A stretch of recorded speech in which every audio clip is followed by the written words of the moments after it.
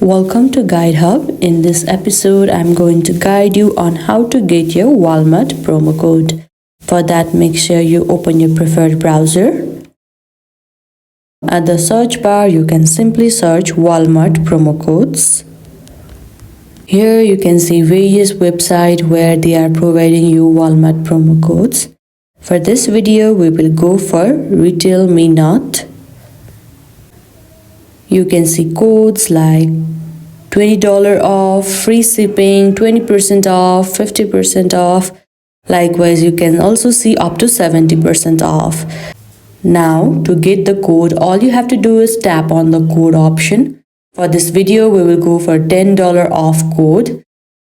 Within a minute, you will be getting a code and all you have to do is copy the code. Use this code while you check out from Walmart before purchasing for your order. Make sure you check out other websites too for various coupons and promo codes.